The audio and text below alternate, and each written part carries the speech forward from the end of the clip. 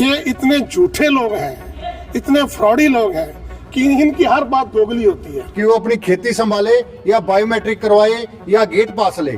और 11 तारीख को हरियाणा के अंदर पूरे हाईवे हैं जो नेशनल हाईवे, उनको 4 घंटे के लिए जाम किया जाएगा। हम पूरी हरियाणा की अनाज मंडियां सभी इनके साथ हैं, किसानों के आंदोलन के साथ चलेंगे। हरियाणा सरकार अगर इस तुगलकी फरमान को अपने इस एडवाइजरी को वापस नहीं लेती है, हमें मरना मंजूर है, हम मर सकते हैं, हम शहीद आजम सरदार भगत सिंह के वारिस हैं। नहीं संभली, किसानों की फसलें बर्बाद हो गई, तो इसके लिए ये सभी किसान यूनियन संयुक्त किसान मोर्चा डट के किसानों के पक्ष में लड़ाई लड़ेगा। जो सरकार है बहुत गलत कर रही है। अगर हरियाणा सरकार, हमारा गेहूं है, हमने बोया, हम सीड लेके आए, हम पेस्टिसाइड लेके आए, कि किसानों के लिए इतनी दिक्कतें पैदा कर दी जाएं कि किसान खुद ही खेती से हथकड़ा करके बाहर चला जाए। अपना घर खर्च किया, खुले आसमान के नीचे हुई, अब बरसात के कारण हमारी खेती भी खराब हो रही है और मंडियों में किसान भी रुल रहा है। किसान मजदूर एकता जिंदाबाद जिंदाबाद जिंदाबाद, किसान मजदूर व्यापारी आड़ती एकता जिंदाबाद जिंदाबाद जिंदाबाद,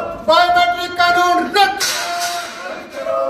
करो, बायोमेट्रिक कानून रद्द करो, रद्द करो, किसान मजदूर एकता जिंदाबाद, विरोधी सरकार मुर्दाबाद मुर्दाबाद मुर्दाबाद, अप्रैल बंद जिंदाबाद जिंदाबाद, अप्रैल को क्या होगा, विरोध बंद होगा, 11 अप्रैल को क्या होगा, बंद होगा, 11 अप्रैल को क्या होगा, बंद होगा। सबसे पहले तो आप पत्रकार बंधुओं का सभी का मैं तहे दिल से धन्यवाद करता हूं कि आप हक और सच की लड़ाई के लिए हमेशा तत्पर तैयार रहते हो।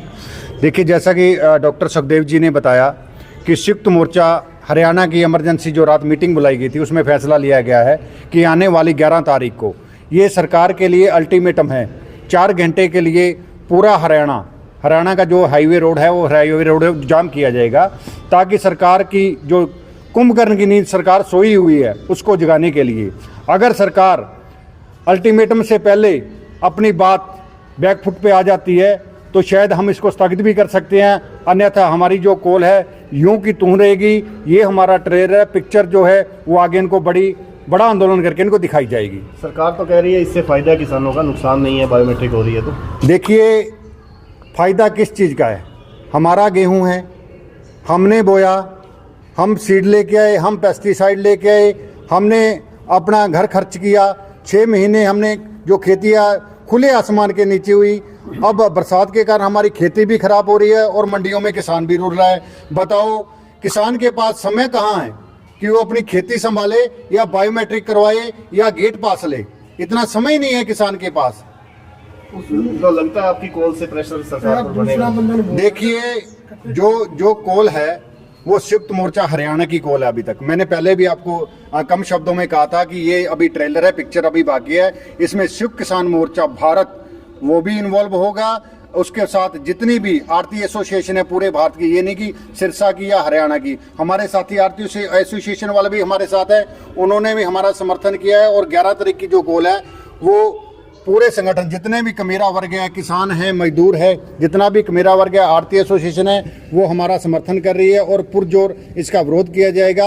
और आने वाली 11 तारीख को पूरा हरियाणा में चक्का जाम किया जाएगा। और आपने बात में बड़ी कॉल किसानों की बात की है, क्या कोई बड़ा किसान नेता भी शामिल होने के लिए? देखिए, अभी तो जो कॉल है संयुक्त किसान मोर्चा हरियाणा की कॉल है।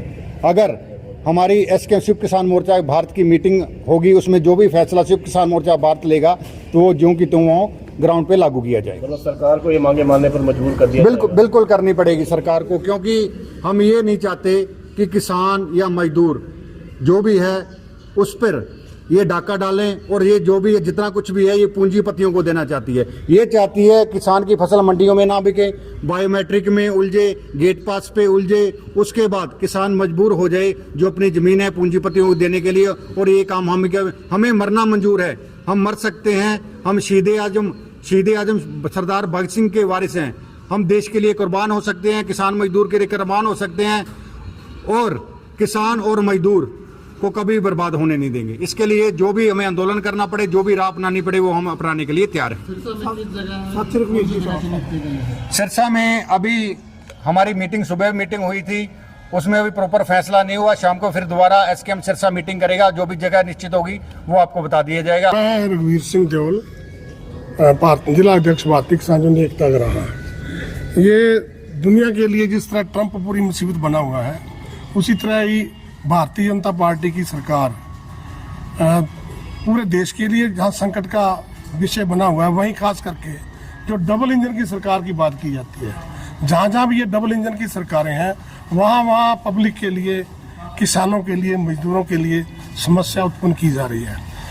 आप देख रहे हैं कि हमारे पड़ोस में खेती आधारित बहुत बड़ा स्टेट पंजाब है, वहाँ इस तरह के कोई आदेश जारी नहीं हुआ है, लेकिन यहाँ भारतीय जनता पार्टी की डबल इंजन सरकारें हैं, वो बार बार लोगों को चेक कर रहे हैं कि लोग कितना प्रताड़ना जो है कितना सह सकते हैं, लोगों की सहन शक्ति क्या है। लेकिन हम आज ये जो प्रेस कॉन्फ्रेंस कर रहे हैं, इसके जरिए हरियाणा सरकार को वार्न करने आए हैं कि अगर वो समय रहते, ऑलरेडी समय जा रहा है बड़ी तेजी से। आप सभी पत्रकार बंधु जानते हो कि समय की जिस तरह किसानों के ऊपर मार पड़ रही है, खेतों में पकी हुई फसल खड़ी हुई है, ओलावृष्टि हो रही है और जमीन इतनी ज़्यादा नमी आ गई है कि उसके अंदर मशीनें चलनी, कंबाइन चलनी, हार्वेस्टिंग बहुत मुश्किलें पैदा हो रही हैं। एक तरफ समय की मार पड़ रही है किसानों को, दूसरी तरफ भारतीय जनता पार्टी की डबल इंजन सरकार जो है, ये किसानों के पीछे पड़ी हुई है। ये इनका प्रयास है कि किसानों के लिए इतनी दिक्कतें पैदा कर दी जाएं कि किसान खुद ही खेती से हाथ खड़ा करके बाहर चला जाए। और बड़ा जो इनका रोल है, बड़ा जो इनकी मंशा है, वो ये है कि पूरे हिंदुस्तान के किसानों की जमीनें किसानों से खोज के बड़े बड़े कॉरपोरेट घरानों को देना, ये सारी पॉल प्लान उसी हिसाब से चल रही है। आप देखते हैं कि भारतीय जनता पार्टी ने काले कानून लाए थे किसानों के लिए, उसके खिलाफ एक बहुत बड़ा ऐतिहासिक आंदोलन हुआ, जिसके कारण मोदी सरकार, जिसके बारे में ये कहा जाता था कि ये झुकता नहीं है, ये किसी की बात सुनता नहीं है, उसको झुकना पड़ा और किसानों की बात माननी पड़ी और वो काले कानून रद्द करने पड़े। आज हम फिर दोबारा ये वार्न करने आए हैं कि अगर हरियाणा सरकार नहीं संभली, किसानों की फसलें बर्बाद हो गई, तो इसके लिए ये सभी किसान यूनियन, संयुक्त किसान मोर्चा डट के किसानों के पक्ष में लड़ाई लड़ेगा। और 11 तारीख को हरियाणा के अंदर पूरे हाईवे हैं, जो नेशनल हाईवे, उनको 4 घंटे के लिए 11 बजे से लेकर 4 बजे तक जाम किया जाएगा। और उसके बाद हम चाहते हैं कि लोगों को परेशानी ना आए, क्योंकि बंद होगा तो लोगों को परेशानी आएगी। इसलिए आज हम पीसी करके आपके माध्यम से सरकार को आगाह करना चाहते हैं कि वो समय रहते इस जो तुगलकी फरमान इसको वापस ले और लोगों को आसानी से फसल जो है हार्वेस्टिंग हो और मंडियों में बिके। जो कार आप लोगों ने दी है, उसका प्रशासनिक अधिकारियों को भी चेताया गया है क्या इस मामले में कुछ? बिल्कुल। कल हमने एक बहुत बड़ा, कल भी हमने डीसी साहब को मिले हैं, उनको मेमोरेंडम दिया है कि ये जो तुगलकी फरमान जारी हुआ है, इसको वापस लिया जाए। इसी उनको दिया है। आज हमने प्रेस के सामने अपनी बात रखी है, ताकि कोई माध्यम रह ना जाए कि सरकार तक ये बात किसानों की ना पहुंचे, ये दिक्कत किसानों की ना पहुंचे। डीसी साहब क्या बोले इस मामले में? डीसी साहब ने आश्वासन दिया कि आपकी जो डिमांड है वो हम सरकार तक पहुंचाएंगे और इस कानून को वापस लाने का प्रयास करेंगे। बात करती है सरकार सबका साथ सबका विकास, किसानों के साथ खड़ी है, फिर किसानों के साथ ऐसी अनदेखी क्यों? किसान वैसे ही दोहरी मार झेल रहा है। ये इतने झूठे लोग हैं, इतने फ्रॉडी लोग हैं कि इनकी हर बात दोगली होती है। ये किसानों की बात करते हैं। आप समझिए कि किसानों की जब फसलें बाहर खड़ी हुई हैं और इस तरह का फरमान जो कि हमारे के लागू ही नहीं हो सकता। किसान के पास, उस किसानों जिनके पास अपने ट्रैक्टर ट्राली नहीं है, उसने किराए पर ट्रैक्टर ट्राली लेने हैं। दूसरी बात कि जो ट्रैक्टर हैं वो पुराने हैं हमारे पास। हम कोई मध्य प्रदेश ट्रैक्टर ले आते हैं, कोई राजस्थान ट्रैक्टर खरीदता है। आपको जानकारी होगी कि हरियाणा के मुख्यमंत्री हुआ करते देवीलाल, उन्होंने ये ऐलान किया था कि जो ट्रैक्टर है ये किसान का बैलगाड़ी की तरह इसको माना जाएगा। कोई इसके ऊपर ऐसी हदायत नहीं है कि इसकी आरसी रखनी पड़ेगी, इसका नंबर लगवाना पड़ेगा। तब से लेके किसान बड़ी आराम से ये सारी प्रक्रिया हो रही है। लेकिन इन्होंने अभी क्या कर दिया कि ट्रैक्टर को नंबर दिखना चाहिए। अब मान लीजिए कोई आदमी बैलगाड़ी पे, ऊंट गाड़ी पे अपना अनाज लेके आए, उसके लिए क्या हदायत है, वो कहाँ से नंबर लेके आएगा?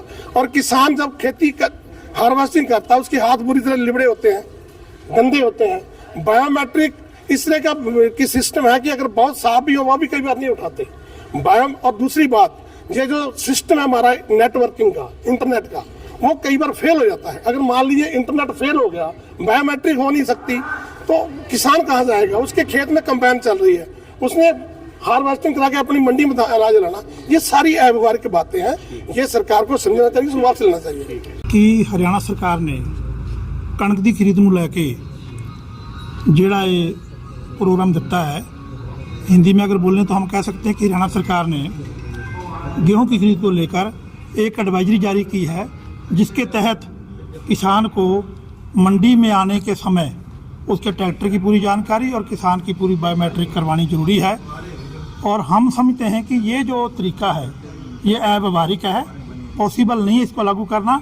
तो पूरे हरियाणा में जब से ये एडवाइजरी जारी हुई है, अखिल भारतीय किसान सभा और संयुक्त किसान मोर्चा के सभी घटक मिलकर सब जगह मंडियों में इसका विरोध कर रहे हैं। आढ़ती एसोसिएशन भी अपने ढंग से विरोध कर रही है। और कल हमारी संयुक्त किसान मोर्चा हरियाणा की मीटिंग में ये फैसला हुआ है कि हरियाणा सरकार अगर इस तुगलकी फरमान को, अपने इस एडवाइजरी को वापस नहीं लेती है तो आने वाली 11 अप्रैल को पूरे हरियाणा के जीडी रोड को जाम किया जाएगा। उसके लिए आज की ये पीसी बुलाई है ताकि सरकार को ये मैसेज चला जाए और जनमानस को ये पता चल जाए कि सरकार की जन विरोधी नीति के लिए और ये खरीद को लेकर, गेहूं खरीद को लेकर मंडियों में जो बेतुका फरमान जारी किया गया है उसके विरोध में पूरे हरियाणा में संयुक्त किसान मोर्चा और बाकी सारे किसान लोग मिलकर 11 अप्रैल को 3-4 घंटे का हम बंद करने जा रहे हैं, 11 बजे से लेकर 3 बजे तक। कितनी जथेबंदियां इसमें शामिल हो रही हैं? संयुक्त किसान मोर्चा हरियाणा की सभी जथेबंदियां और सिरसा की 8 किसान जथेबंदियां इसमें शामिल हैं और आढ़ती एसोसिएशन का सहयोग भी हमें प्राप्त है। मेरा नाम राजू सूदा है, मैं सिरसा अनाज मंडी से हूँ जी। उप प्रधान की पोस्ट पे मैं हूँ जी। मेरे सेक्रेटरी साहब है ये निरंजन डड्डा जी। क्या कहना चाहेंगे? किसानों ने बड़ा कर दिया है। किसान अपनी जगह पे बिल्कुल सही है जी, वो वाकई में बहुत परेशान है जी। जो बायोमेट्रिक की इन्होंने शुरुआत की है इन्होंने गवर्नमेंट ने, वो बिल्कुल गलत है सर। क्योंकि इसको मैं गलत इसलिए कह रहा हूँ कि बायोमेट्रिक होना आसान नहीं है जी। जैसे कोई ट्राली लेके किसान आ जाता है अपना, तो वो ट्राली लेके लाइन में खड़ा होता है, बायोमेट्रिक करवा रहे हैं, वो किसी लेडीज के नाम से जमीन है जी, वो उसको बुलाना पड़ेगा, पहले उसका अंगूठा लगेगा, फिर बायोमेट्रिक होगी, फिर वो अपनी डरी करेगा जी। तो इसमें बड़ी ज़्यादा प्रॉब्लम्स है जी। हम किसानों के साथ हैं जी, किसान हमारे अन्नदाता भी हैं और दामन चोली का हमारा साथ है जी, उन आड़तियों का और जिम्मेदारों का जी। जिम्मेदार जो अपनी मांग रख रहे हैं वो बिल्कुल सही रख रहे हैं, वो ट्राली पे अपना ध्यान देंगे या अपना खेत संभालेंगे जी। जब कंपेन लगी होती है तो जिम्मेदारों को बहुत प्रॉब्लम होती है जी।